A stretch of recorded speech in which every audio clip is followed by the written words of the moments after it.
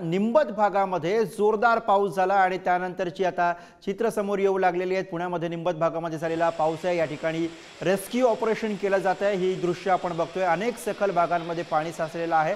त्यापैकी ही दृश्य आपण बघतोय पुण्याच्या निंबत भागामधली दृश्य आहेत। गाडी आपल्याला या ठिकाणी अक्षरशः पाण्यामधनं मार्ग काढताना बघायला मिळते। तर पुण्यातल्या वारजेमध्ये सुद्धा आपल्याला अशीच काहीशी दृश्य बघायला मिळत आहेत। वारजेमध्ये सुद्धा लोकांना आपल्या दुचाकी या पाण्यामधनंच पुढे घेऊन जाव्या लागलेल्या आहेत। हे दृश्य आपण बघतोय, अक्षरशः कमरे एवढं पाणी आपल्याला पुण्यातल्या वारजे परिसरामध्ये बघायला मिळते। काही तासांचा झालेला मुसळधार पाऊस आणि त्यानंतर पुणेकरांची झालेली ही दैना आपण बघतोय। पोहत पोहत अक्षरशः पुण्यामध्ये लोक वाट काढताना दिसत आहेत। आणि आता ही दृश्य आपण जी बघतोय ती आहेत पुण्याच्या कात्रज भागातली। कात्रज परिसरामध्ये सुद्धा मुसळधार पाऊस आणि त्यानंतर अशा पद्धतीनं पुणेकरांची दैना झालेली आहे। पुण्यामध्ये पुणेकरांना या ठिकाणी पाण्यामधनंच वाट काढत आता प्रवास करावा लागतोय। पुण्यातल्या कात्रजमधली दृश्य आपण बघतोय। विविध भागांमध्ये पुण्यामध्ये मुसळधार पाऊस झालेला आहे, त्यापैकी कात्रजमधली दृश्य आहेत। रस्ते जलमय झालेले आहेत आणि याच जलमय रस्त्यांमध्ये प्रवास करावा लागतोय। सिंहगड रोड परिसरामधली दृश्य आपण बघतोय। अक्षरशः या सगळ्या रस्त्यांना नाल्याचं स्वरूप आलेलं आहे। जोरदार पाणी या ठिकाणी आपल्याला वाहताना दिसतंय। रात्रीतनं झालेला मुसळधार पाऊस, पहाटेपासून सुद्धा सुरू असलेला पाऊस आणि त्यानंतरची परिस्थिती आपण बघतोय। पुण्यातल्या सिंहगड रोड परिसरातली दृश्य आहेत।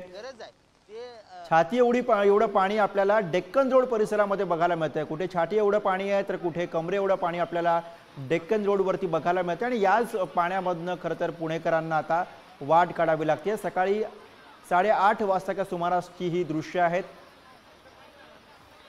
पुणेकरांच्या दुचाकी सुद्धा आपल्याला या गुडघाभर पाण्यामध्ये बुडालेल्या दिसत आहेत।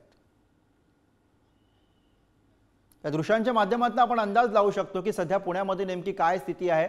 सततचा पाऊस आणि त्यानंतर झालेली ही अवस्था। कर्वेनगर मधली दृश्य आपण बघतोय। दुचाकी आपल्याला अक्षरशः पाण्यामध्ये पूर्णपणे बुडाल्याचं चित्र कर्वेनगर मधल्या या दृश्यांमधनं दिसतंय। पुण्यातल्या कर्वेनगर भागामधली दृश्य आहेत।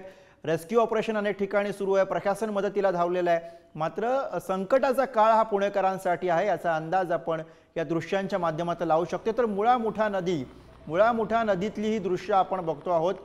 मोठ्या प्रमाणामध्ये नदीच्या पाणी पातळीमध्ये वाढ झालेली आहे। सततचा पाऊस आणि त्यातनं नदीची पाणी पातळी ही सातत्यानं वाढते आहे। त्याच मुळा मुठ्याची ही दृश्य समोर आलेली आहेत। पुणेकरांची चिंता वाढवणारी अशी सगळी दृश्य आहेत। प्रशासन सध्या अलर्ट मोडवरती आहे, मात्र संभाव्य धोका पाहता नागरिकांनी सुद्धा सतर्कता बाळगण्याचे, आवश्यक असल्यासच घराबाहेर पडण्याचे आदेश प्रशासनाकडून देण्यात आलेले आहेत। आणि आता थेट जाऊयात आपण पुण्यामध्ये नेमकी तिकडची काय परिस्थिती आहे हे सांगण्यासाठी आपले प्रतिनिधी बालाजी पोद्दार आणि ज्ञानेश्वर चौतमल दोघंही आपल्या सोबत आहेत। सगळ्यात आधी जाऊयात, ज्ञानेश्वर चौतमल आपल्या सोबत पुण्यात आहेत। ज्ञानेश्वर, आत्ता सध्याची नेमकी काय स्थिती आहे? प्रशासनाकडून कशा पद्धतीने खबरदारी घेतली जाते, कशा पद्धतीने पावलं उचलली जात आहेत? गुरुप्रसाद, हवामान तज्ज्ञ सांगतायत मागच्या 32 वर्षात एवढा पाऊस पुण्यात झाला नाही। एवढा पाऊस कालपासून पुण्यात पडतोय आणि म्हणून मोठी अडचण लोकांची निर्माण झालेली आहे। आपण आत्ता मुळा मुठा नदीपात्रात कसा पाण्याचा सगळा प्रवाह वाहतोय त्याची ही दृश्य पाहतोत। मी सध्या मुळा मुठा नदीपात्राच्या बाजूला उभा आहे आणि आपण जर बघितलं असेल तर प्रचंड प्रमाणात खडकवासल्यातून जो पाण्याचा विसर्ग झाला त्यामुळे नदीपात्रात पाण्याचा प्रवाह जो आहे तो मोठ्या स्वरूपाचा वाहताना आपण पाहतोय। पात्रानं जागा जी आहे ती संपूर्ण व्यापून घेतलेली आहे। महानगरपालिकेच्या समोरचा जो पूल आहे त्या पुलावर काही गाड्या उभ्या केलेल्या असतात, त्यातल्या काही गाड्या वाहून गेलेल्या आहेत। तर ज्या गाड्या आत्ता पुलावरती बघायला मिळत आहेत त्या गाड्यांना सुरक्षित ठिकाणी नेण्याचं काम जे आहे ते या ठिकाणी सुरू असल्याचं आपल्याला बघायला मिळतंय। अगदी दूरवर ह्या अशा पुलावर असलेल्या ह्या गाड्या ज्या आहेत त्या काही महानगरपालिकेच्या वतीनं ज्या टीम आल्यात त्या गाड्यांना बाहेर काढण्याचे प्रयत्न सुरू आहेत। या नदीच्या पात्राच्या या पाण्याच्या प्रवाहावरून आपल्याला अंदाज येईल की किती मोठ्या स्वरूपाचा पाऊस झाला। अजूनही आत्ताही या क्षणालाही पाऊस जो आहे तो सुरूच आहे आणि मोठ्या प्रमाणात पाण्याचा प्रवाह मुळा मुठेच्या या पात्रातून पुढे जाताना आपण पाहतोय। लोकांची जर आपण गर्दी बघितली गुरुप्रसाद, खरं म्हणजे प्रशासनानं आवाहन केलंय की घरात बसा, बिना कामाचं काही कारण नसताना विनाकारण घराबाहेर पडू नका, पण लोक मात्र काही ऐकायला, पुणेकर ऐकायला काही तयार दिसत नाहीयेत. हे सगळं पाण्याचं, प्रवाहाचं, नदीचं चित्र पाहायला पुणेकरांनी या शिवाजी पुलावर कशी गर्दी केली आहे हे आपण पाहतो. हे सगळे लोक हातात छत्री घेऊन या रस्त्याच्या काठेवर उभे आहेत. त्यांना ह्या नदीतून पाणी कसं वाहतं हे बघायचंय. म्हणजे इतका मुसळधार पाऊस पुण्यात पडत असताना जिथे सातत्यानं आवाहन केलंय की घरात बसलं पाहिजे, मात्र लोक काही ऐकेनात. हे सगळे लोक गर्दी करताना आपण पाहतो. मोठ्या स्वरूपाचा पाऊस जो पुण्यात पडतोय त्याचा हा सगळा परिणाम आहे. आपण काही लोकांना विचारण्याचा प्रयत्न करू. मला सांगा, प्रशासन म्हणतंय घरात बसा, तुम्ही फिरताय कुशाल बाहेर? अहो, ऑफिसला जायचंय. आम्ही झोमॅटो रात्र 2 वाजेपर्यंत करतो. तुम्ही कामासाठी बाहेर पडला, लोक घराबाहेर काय बाहेर? काही काम? आणि क्लास होता माझा, पाऊसमुळे बुडला क्लास बुडला. काय अडचण झाली पावसामुळे? लोकांनी गाईडलाईन फॉलो करायला पाहिजे. पण तेच म्हणतो मी, बाहेर तुम्ही का फिरताय विनाकारण? ऍटमॉस्फिअर तसं झालंय. येस. घरात बसा, विनाकारण बाहेर फिरू नका. बाबा काय सांगाल, पाऊस बघितला होता मागच्या किती वर्षात असा पाऊस बघितला तुम्ही?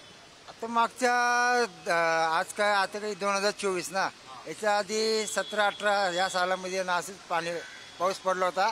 खूप मोठ्या प्रमाणे पाणी सोडलं होतं नदीला. काय अडचण झाली पावसामुळे? काय कल्पना नाही. बरं, ऑफिसला निघालेत वाटतं. आपण बघतोय लोक आहेत आणि हे सगळे लोक घराबाहेर पडलेत. काहींना कामासाठी जायचंय. पण हे आपण जर नदीच्या पुलावर असलेले सगळे जर लोक बघितले, हे सगळे लोक थांबलेत मगासपासून. ज्यांचं काहीच काम नाही, हातात छत्र्या घेऊन नदीच्या पुलावर थांबलेत आणि फोटो व्हिडिओ काढतायत या सगळ्या पावसाचे आणि या नदी पात्रातल्या या सगळ्या पाण्याच्या प्रवाहाचे. खरं म्हणजे आपण पुढारीच्या माध्यमातून देखील आवाहन करू की काही कारण नसेल, काही काम नसेल तर विनाकारण घराबाहेर पडू नका. म्हणजे शाळा सगळ्या बंद आहेत, शाळांना सुट्टी देण्यात आलेली आहे. इतकंच नाही तर ज्या ऑफिसेस, कार्यालयांना बरोबर आहे ज्ञानेश्वर, तुम्ही म्हणताय त्याप्रमाणे काही पुणेकर हे पूर बघण्यासाठी म्हणून, नदीचा वाढलेला प्रवाह बघण्यासाठी म्हणून गर्दी करताना आपल्याला दिसतात. काहींचा नाईलाज आहे म्हणून ते घरातनं बाहेर पडलेले आहेत, काहींना वातावरण खुणावतंय म्हणून ते घरातनं बाहेर पडलेले. मात्र पुढारी न्यूज सुद्धा वारंवार सगळ्या प्रेक्षकांना, सगळ्या पुणेकरांना हेच आवाहन करतंय, आवश्यकता असल्याशिवाय घराबाहेर पडू नका.